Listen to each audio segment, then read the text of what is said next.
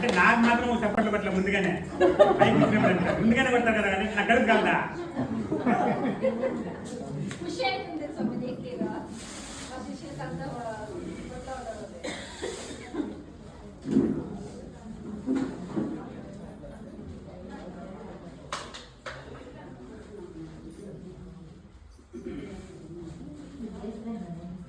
తల్లియు నీవే తండ్రివి నీవే తల్లియు నీవే తండ్రివి నీవే బుద్ధియు నీవే శక్తియు నీవే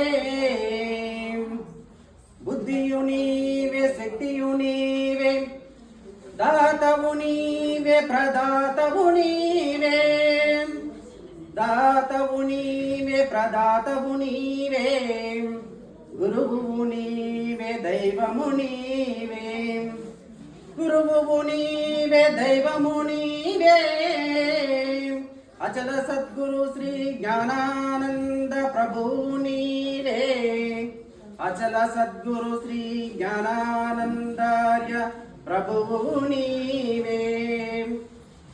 ఆ యొక్క పూజ్య గురువు అయినటువంటి శ్రీ శ్రీ శ్రీ జ్ఞానానంద మహారాజు పాదములను నమస్కరిస్తూ, అలాగే అచలమాత విలాదేవి గారి పాదములను నమస్కరిస్తూ, అలాగే ఇక్కడ వచ్చినటువంటి మహనీయులకందరికీ కూడా నా యొక్క ప్రణామాలు తెలుపుతున్నాను. ముందుగా ఈ ఆశ్రమాన్ని నిర్మించడానికి కారణమైనటువంటి మన గురువు గారికి, ఆశ్రమ కట్టాలనే సంకల్పం చేసినటువంటి మల్లికార్జున వేదానంద స్వామి వారికి అందరూ కూడాను జోరుగా కృతజ్ఞ భావాన్ని తెలియజేయండి. ఎందుకంటే వాళ్ళ శక్తానుసారం డబ్బులు ఇవ్వండొచ్చు, ఇవ్వకపోయిండొచ్చు. అయితే ఆయన ఎన్ని కష్టాలు పడినో, ఎన్ని సంకల్పం, ఎంత స్ట్రాంగ్గా లోపల పెట్టుకోవడనో ఆశ్రమం నిర్మాణం చేసి ఈరోజు దాన్ని ఆ గురువు ప్రవేశం ద్వారా దీన్ని ఆహ్వానించినారు. అందరినీ మనమందరం ఇవ్వగలిగింది ఒక కృతజ్ఞతా భావం మనమందరం కూడా ఇవ్వాలి. ఎందుకంటే అందరూ కూడాను ఈ ప్రకృతిలో అన్ని సంపాదనలు చేసి ఆ సంపాదనలన్నీ కూడాను శాశ్వతమని, ఇవే మనల్ని కాపాడుతాయని భ్రమలో మనం బతికేస్తాం ఎన్నో సంవత్సరాలు. దానికి మనమందరం ఆలోచన చేయాల. ఏమంటే మనం ఎంతో డబ్బు సంపాదన చేసినాం, సంపాదన చేసిన డబ్బు మన దగ్గర లేదు. ఎంతో ఆస్తి కూడా పెట్టాం, ఆస్తి కూడా పెట్టినా ఆస్తి మన దగ్గర లేదు. ఎన్నో బిల్డింగ్లు కట్టింటాం,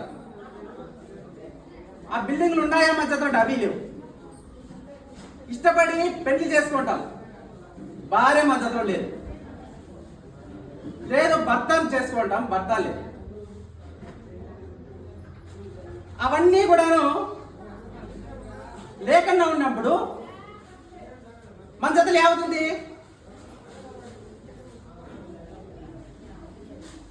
మన జతలు యాదుంది, అవన్నీ జతలు ఉండవు. అది 100% సత్యం. అయితే వాటన్నిటికీ అవకాశం ఇచ్చింది అది ఉసిరాడు. నువ్వు పుట్టిన బుద్ధి నుంచి శరీరం విడిచిపెట్టేంత వరకు నీ జతలో ఇవన్నీ చెప్పినట్టు నేను లేకుండా పోవచ్చు. అయితే అదొకటి మాత్రం నీ జతలో శాశ్వతంగా ఉంటుంది. ఎప్పుడో నువ్వు శరీరం ఉండేంత వరకు అదొకటి మాత్రం నేను కాపాడుతూనే ఉంటుంది. నువ్వు పడుకోడు, నిద్రపోతాడు, కష్టపడతాడు, ఏమైనా చేస్తాడు. అయితే అది మాత్రము 100% ధర్మంగా సేవ చేసేది మాత్రము ఇది ఉసిరాట మాత్రమే. ఆ ఉసిరాట ఉంటేనే మనం చూడగలుగుతాం, అది ఆడుతాండే వినగలుగుతాం, అది ఆడుతాంటనే తింటాం, అరుగుతా ఉంది లోపల.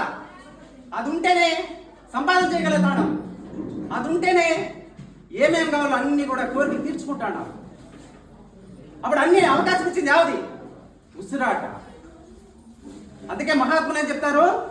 దేని చూడాలా అంటే మహాత్ములు ఏం చెప్తారంటే, జననీ జనకుడు లేక, జననీ జనకుడు లేక జననమైన వాణి దాపు చేరిన వాడు ధన్యుడాయే. నిత్య పూజలేల నిర్జీవ శిలలకు నాద బ్రహ్మానంద నారాయణ కవి అని మహాత్ముడు. జననీ జనకుడు లేక జననమైన వాణి దాపు చేరిన వాడు ధన్యుడా. తల్లి తండ్రి లేకుండా తనంతకు తానుగా స్వయంగా వచ్చినటువంటి మహాత్ముడు ఈ ఉసిరాడు. వాణి దాపు ఎవరైతే చేరుతారో వాళ్ళొకరు మాత్రమే మహాత్ములైతారు. వాణి దాపు చేరకుండా ఎన్ని భ్రమలను పెట్టుకొని తిరిగినా, ఎన్ని జాగాలు చుట్టినా, ఎన్ని గుళ్ళు తిట్టినా, ఎన్ని విహారయాత్రలు చేసినా ఏమీ ప్రయోజనం లేదు లేదు లేదు. ఏమి తయారు చేసినా రూపాంతరంగా ఒక మనిషే చేసింటాడు. వాస్తవమా? ఎన్ని గుళ్ళు కానీ, ఎన్ని గోపురాలు కానీ, ఎన్ని విగ్రహాలు కానీ ఏమి మన రూపాంతరంగా ఇది ఏమైతే కనిపిస్తాడో అన్నీ కూడాను ఒక మనిషే తయారు చేసింది. ఆ మనిషి మూలంగానే అన్ని తయారైనాయి. అయితే దైవం మూలంగా తయారైంది యావది మన శరీరం.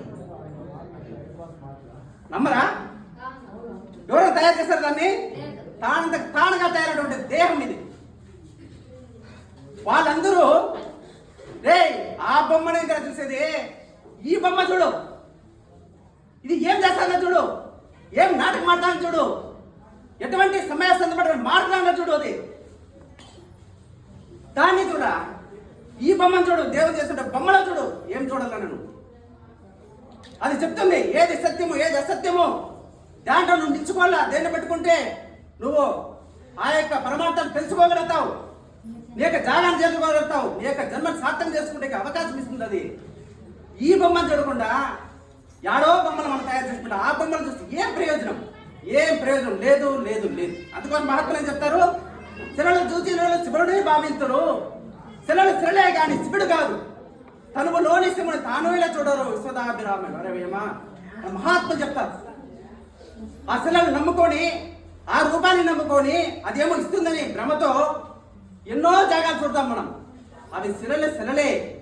అవి ఏమి నీకు ఇచ్చేది ఉండదు, తెచ్చేది ఉండదు. ఆ జ్ఞానం బోధించేది ఉండదు. ఏమన్నా నీకు ఆ జన్మాన్ని సార్థకం చేసుకోవాలంటే మహాత్ములు ఏం చెప్తారు? ఒక గురువుని చేరల్లా, ఆ గురువు దగ్గర అభ్యాసం పొందల్లా, అభ్యాసం తీసుకొని ఆచరణ చేయాల.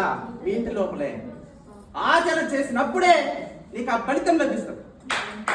ఆచరణ లేకుండా ఆ గురువు దగ్గర అభ్యాసం తీసుకునేసి ఆచరణ లేకుండా నువ్వు ఇన్ని సంవత్సరాలు ఉన్నా ఏం ప్రయోజనం? ఏ ప్రయోజనం లేదు. అందుకోసం గురువుగారు చెప్తా అంటే అభ్యాసాన్ని మార్చండి, అదే స్థితిలో ఉండబోతండి. ఉపదేశం తీసుకొని మేము గురుపెట్టి అబ్బాయి చెప్పుకుంటా అట్లే బతికేద్దండి. బతికినావా దాని సత్యాన్ని తెలుసుకునే అవకాశం చేసినాడు గురువు. అవకాశం ఇచ్చిన అవకాశాన్ని మీరందరూ కూడాను సద్వినియోగం చేసుకోవాలి. అందుకే మహాత్ములు చెప్తారు, పట్టు పట్టరాదు, పట్టిన పట్టు విడవరాదు, విడవట కన్నా చావట మేలు. విశ్వదాభిరాముడు పట్టేనావు పట్టు. గురువు దగ్గర ఆశీర్వాదం తీసుకున్నావు, అభ్యాసం తీసుకున్నావు, ధ్యానం చెయ్యి. ప్రతిరోజు ధ్యానం చెయ్యి, ప్రతి నిత్యము ధ్యానం చెయ్యి. ఎందుకంటే సాంఖ్యయోగం తీసుకుంటాం కొంతమంది. సాంఖ్యయోగంలో అనుభవం కాదు. సాంఖ్యయోగం తర్వాత మళ్ళా తారకం తీసుకుంటాం. తారకం తీసుకున్నా కూడాను అది అర్థం కాదు. అయినా మళ్ళా ఏం చేస్తాము? మళ్ళా కుండలయం చేస్తాం. కుండలయం చేసినా కూడా ఆడా భ్రమలు పెట్టుకొని వచ్చి మళ్ళా ఏం చేస్తారు? సచ్చిదానంద యోగం చూపిస్తారు. సచ్చిదానంద ఆడనా కాసారా సచ్చిపోరు ఆడంటే ఆడ కూడా సాయపడు, ఇంకా బ్రహ్మలు పోతారు. మళ్ళా ఇంకా ఏమో ఉందామో, ఇంకా ఏమో ఉందో. అందుకోసమే లాస్ట్ లో పరిపూర్ణ భావాన్ని బోధిస్తారు. ఏమో ఉంది ఏమో ఉంది ఏమో ఉంది ఏమో ఉంది బతికేస్తారా? ఏమీ లేదురా. ఏమీ లేకుండా స్థితి యా విధంగా చూడండి ఆయన. ఆ స్థితి చెప్పగల ఆ స్థితిలో ఒక క్షణం ఉండి చూడు, ఒక క్షణం. ఆ క్షణం ఉండిందే సత్యమైతే ఆ గురువుని కానీ ఆ గురువు చెప్పిన విద్యను కానీ నువ్వు శాశ్వతంగా మర్చికి సాధ్యమే లేదు. అందుకోసమే ఆ సత్యాన్ని తెలుసుకున్న దాంట్లో నిజంగా నా గురువు ఆశీర్వాదం సాక్షాత్కారంగా 100% నాకు. ఎందుకంటే ఇక్కడ అందరూ కూడాను ఏం చేస్తారంటే గురువుని ఒక శరీరంగా భావిస్తారు. ఎంతో మంది చెప్తాను, గురువుని ఒక శరీరంగా భావిస్తారు. గురువు అంటే శరీరమా? శరీరమా గురువు అంటే? బాగా ఆలోచించండి.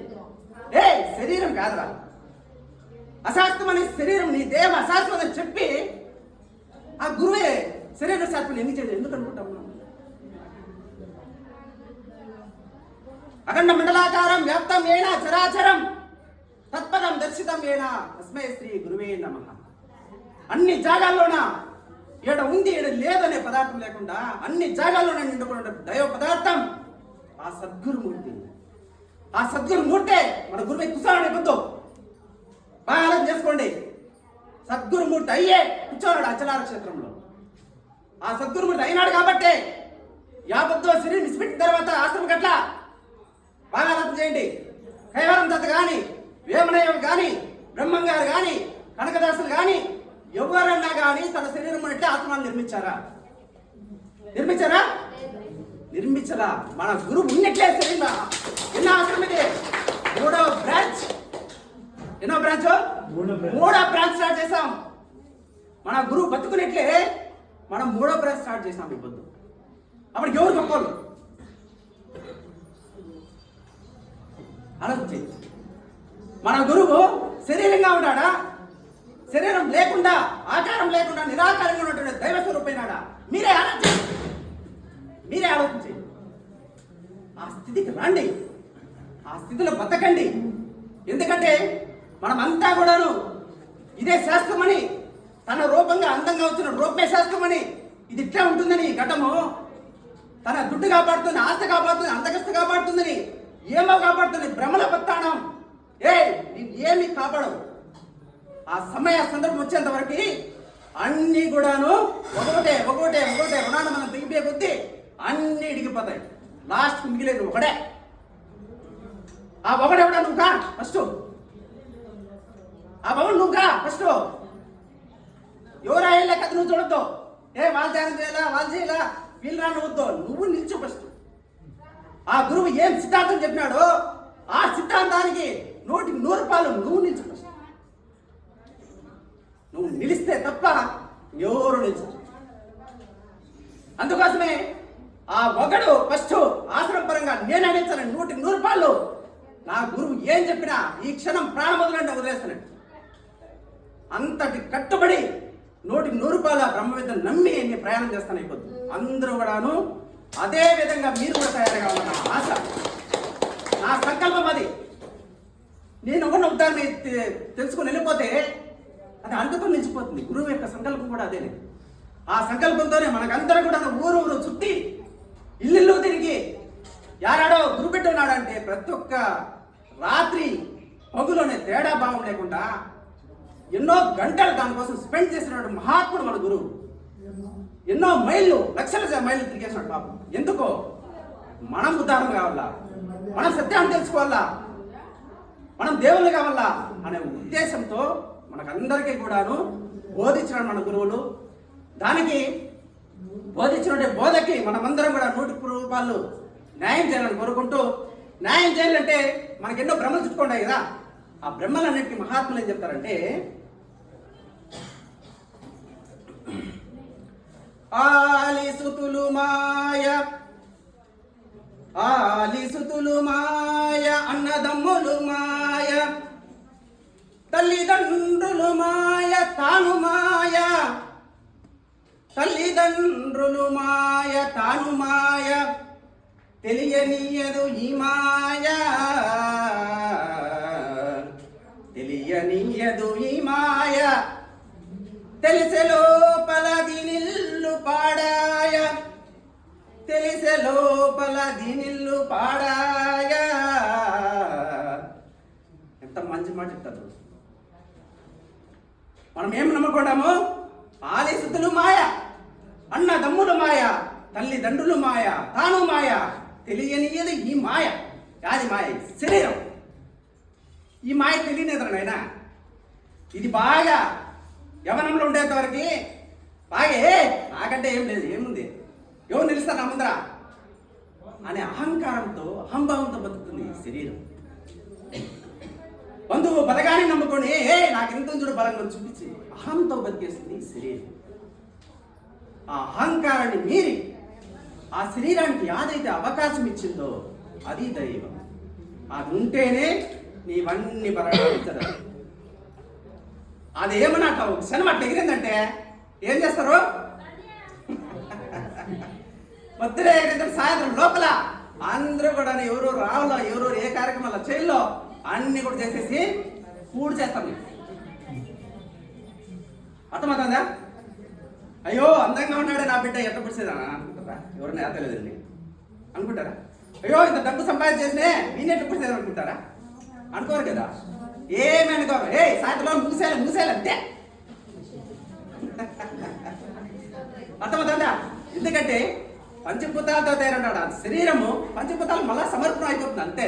ఆ సమయానికి దాని మీద భ్రమ వదులుకోండి. మనం అందరం కూడాను మీరందరూ మహాత్ములు కావాలని కోరుకుంటూ ఆ యొక్క దైవం అనేది ఏ విధంగా ఉండేది నేను చెప్పి ముగిస్తాను. ఎందుకంటే సత్యం అనేది దైవం మన గురువు గారు అన్ని ఎవరికి చెప్పేశారు అన్ని విధాలుగా. నేనే కొత్తగా చెప్పేది ఉండదు సపరేట్. అయితే దైవం అనేది బయలిది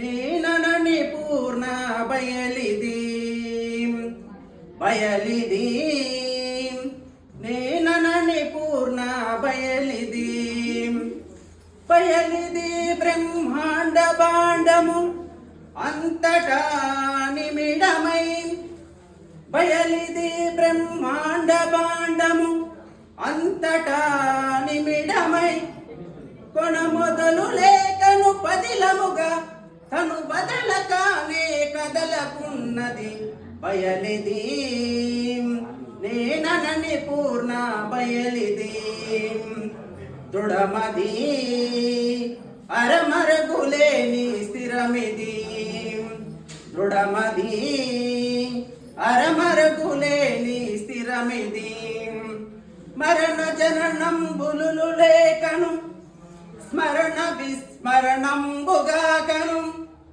మరణ జననంబులు లేకను స్మరణ విస్మరణంబుగాకను కరుణముకనే గతముగాకను మెరువ ఖాత నిలచియున్నది బయలిది నేనని పూర్ణ బయలిది పరమది అరమరగులేని స్థిరమిది పరమది అరమరగులేని స్థిరమిది తడబడంబులు లేకనేమి తనకు తానని తలుపు లేకను పలుకుటుకొనే అలవిగాదది పరమ పూర్ణం వైన పూర్ణము బయలిది నేనని పూర్ణ బయలిది ఉన్నది మనకున్నది గురువరుడు చూపగ కన్నది ఉన్నదననే నేక సర్వము ఉన్నదే పరిపూర్ణ బ్రహ్మము ఉన్నదన్నది లేకను ఎన్న సత్యము కాని అచలము బయలిది నేనని పూర్ణ బయలిది.